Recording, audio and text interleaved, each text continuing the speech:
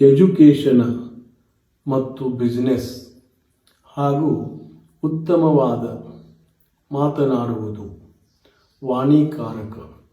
ಈ ಗ್ರಹಗಳ ವಿಶೇಷವಾಗಿ ಬುಧ ಗ್ರಹವು ಪ್ರತಿನಿಧಿಯಾಗಿದೆ.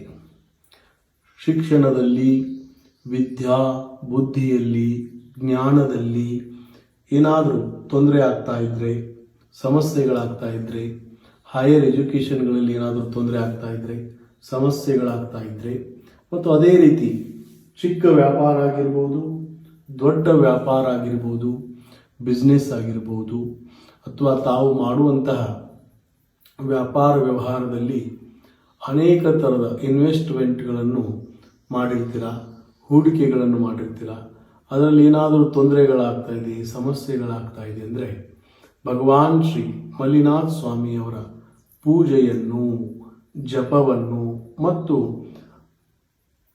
ಹಸಿರು ಬಣ್ಣದ ಏನು ಶುಭ ವಸ್ತುಗಳಿದೆ ಆ ವಸ್ತುಗಳನ್ನು ದಾನ ಮಾಡಬೇಕು.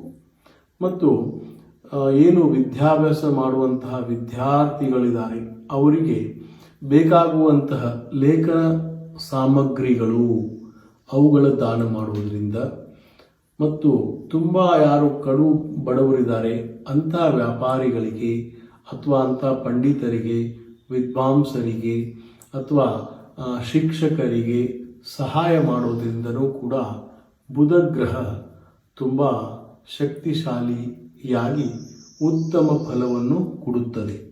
ಆ ಬುಧ ಗ್ರಹ ಉತ್ತಮ ಫಲ ಕೊಡುವುದರಿಂದ ಜೀವನದಲ್ಲಿ ಧನ, ಸಂಪತ್ತಿ, ಆರೋಗ್ಯ, ಐಶ್ವರ್ಯ ಇವೆಲ್ಲವೂ ಕೂಡ ಪ್ರಾಪ್ತಿಯಾಗುತ್ತದೆ. ದೇಶ ವಿದೇಶದ ಯಾರು ಅಧ್ಯಯನ ಮಾಡಲಿಕ್ಕೆ ಹೋಗೋರಿದ್ದಾರೆ ಅಂತಹ ವಿದ್ಯಾರ್ಥಿಗಳಿಗೆ, ಅಧ್ಯಯನದಲ್ಲಿ ಕಾಂಪಿಟೇಷನ್ ಎಕ್ಸಾಮ್ಗಳು ಕೊಡ್ತಾ ಇದ್ದಾರೆ ಅಂತಹ ವಿದ್ಯಾರ್ಥಿಗಳಿಗೆ, ಹೈಯರ್ ಎಜುಕೇಷನ್ ಏನು ಮಾಡ್ತಾ ಇದ್ದಾರೆ ಅಂತಹ ವಿದ್ಯಾರ್ಥಿಗಳಿಗೆ ಎಲ್ಲವೂ ಕೂಡ ಜೀವನದಲ್ಲಿ ಸಕ್ಸಸ್ ಆಗ್ತದೆ. ಅವರು ಕಾರ್ಯಸಿದ್ಧಿ ಆಗ್ತದೆ.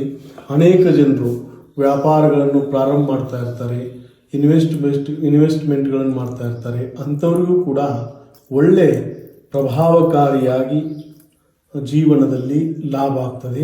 ಅದಕ್ಕೋಸ್ಕರ ತಾವು ಭಗವಾನ್ ಮಲ್ಲಿನಾಥ ಸ್ವಾಮಿಯವರ ಜಪವನ್ನು ಮಾಡಿ ಪ್ರತಿದಿನ, ಮತ್ತು ಏನು ವಿದ್ಯಾರ್ಥಿಗಳಿದ್ದಾರೆ ಅವರು ಭಗವಾನ್ ಮಲ್ಲಿನಾಥ ಸ್ವಾಮಿಯ ವಿಶೇಷ ಜಪ ಮತ್ತು ಹಸಿರು ಬಣ್ಣದ ವಸ್ತುಗಳ ಮಂದಿರಗಳಿಗಾಗಿರ್ಬೋದು, ಅವಶ್ಯಕವಿರುವ ಬಡ ವ್ಯಕ್ತಿಗಳಿಗಾಗಿರ್ಬೋದು ದಾನ ಮಾಡಿ ಅದರಿಂದ ತಮಗೆ ಉತ್ತಮ ಲಾಭ ಪ್ರಾಪ್ತಿಯಾಗುತ್ತದೆ.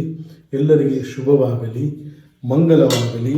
ಮತ್ತು ಬುಧಗ್ರಹ ಏನಾದರೂ ಅಧಿಪತಿಯವರು ಭಗವಾನ್ ಮಲ್ಲಿನಾಥ ಸ್ವಾಮಿಯವರಿದ್ದಾರೆ, ಅವರ ಆಶೀರ್ವಾದ, ಅವರ ಅನುಗ್ರಹ ತಮ್ಮೆಲ್ಲರಿಗೂ ಪ್ರಾಪ್ತಿಯಾಗಲಿ ಅಂತ ಈ ಸಮಯದಲ್ಲಿ ಹೇಳುತ್ತೇವೆ. ಓಂ ನಮಃ ಸಿದ್ಧೇಭ್ಯ.